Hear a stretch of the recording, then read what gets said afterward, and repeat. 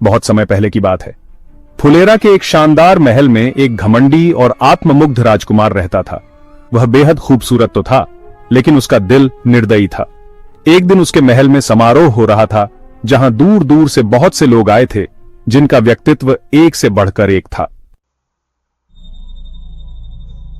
समारोह वाले दिन एक बूढ़ी औरत, जो बहुत कुरूप दिखती थी, राजकुमार के महल पर आई और बदले में एक गुलाब देकर रात बिताने की जगह मांगी। राजकुमार ने उसकी कुरूपता का मजाक उड़ाया और उसे महल से बाहर निकाल दिया। तभी वह औरत एक सुंदर जादूगरनी में बदल गई और राजकुमार को उसके स्वार्थ के लिए श्राप दे दिया। वह जादूगरनी राजकुमार को एक भयानक राक्षस में बदल देती है। यह देखकर समारोह के लोग डर कर वापस चले जाते हैं।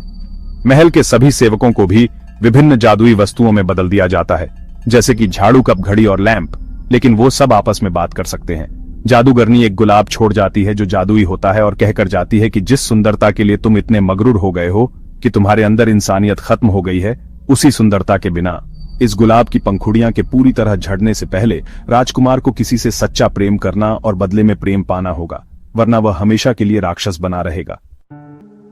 कहानी आगे बढ़ती है एक छोटे गांव में, जहां एक नेक दिल और बुद्धिमान लड़की कनिका अपने पिता मोहनदास, जो एक मूर्तिकार है, के साथ रहती है। वह किताबों की दीवानी है। गांव वाले उसे अजीब समझते हैं क्योंकि वह अपने समय से आगे की सोच रखती है। गांव का सबसे हैंडसम लेकिन घमंडी व्यक्ति मनोज कनिका से शादी करना चाहता है। वह उसे बार बार प्रस्ताव देता है, लेकिन कनिका हर बार उसे मना कर देती है। वह जानती है कि मनोज खुद को सबसे ऊपर समझता है और दूसरों की भावनाओं की कद्र नहीं करता।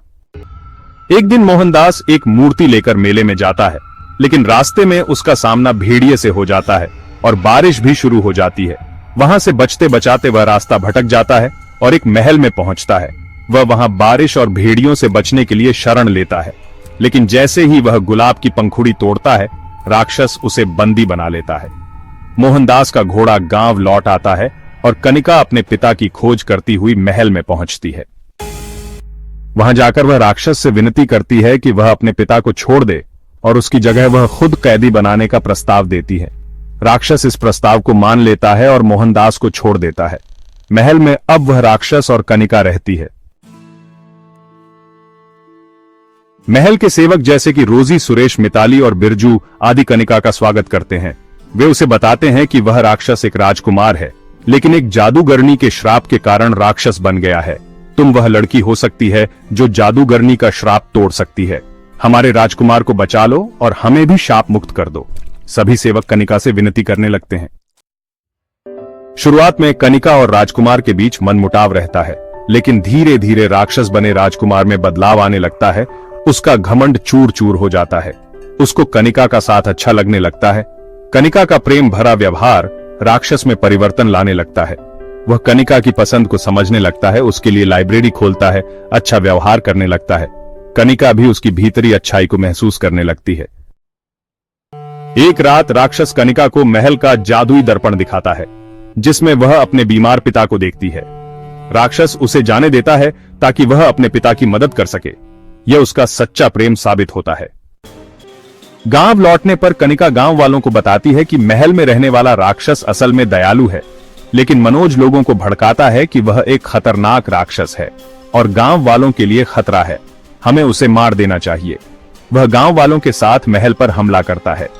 सेवक महल की रक्षा करते हैं और अंत में मनोज राक्षस को गोली मार देता है। कनिका जब महल पहुंचती है तो राक्षस को गोली लग चुकी होती है। वह घायल राक्षस को अपने प्रेम का इजहार करती है। गुलाब की अंतिम पंखुड़ी गिरने से पहले कनिका का सच्चा प्रेम जादूगरनी का श्राप तोड़ देता है और सब कुछ फिर से वैसा हो जाता है जैसा जादूगरनी के शाप से पहले था। राक्षस फिर से सुंदर राजकुमार बन जाता है। सेवक भी अपने असली रूप में लौट आते हैं।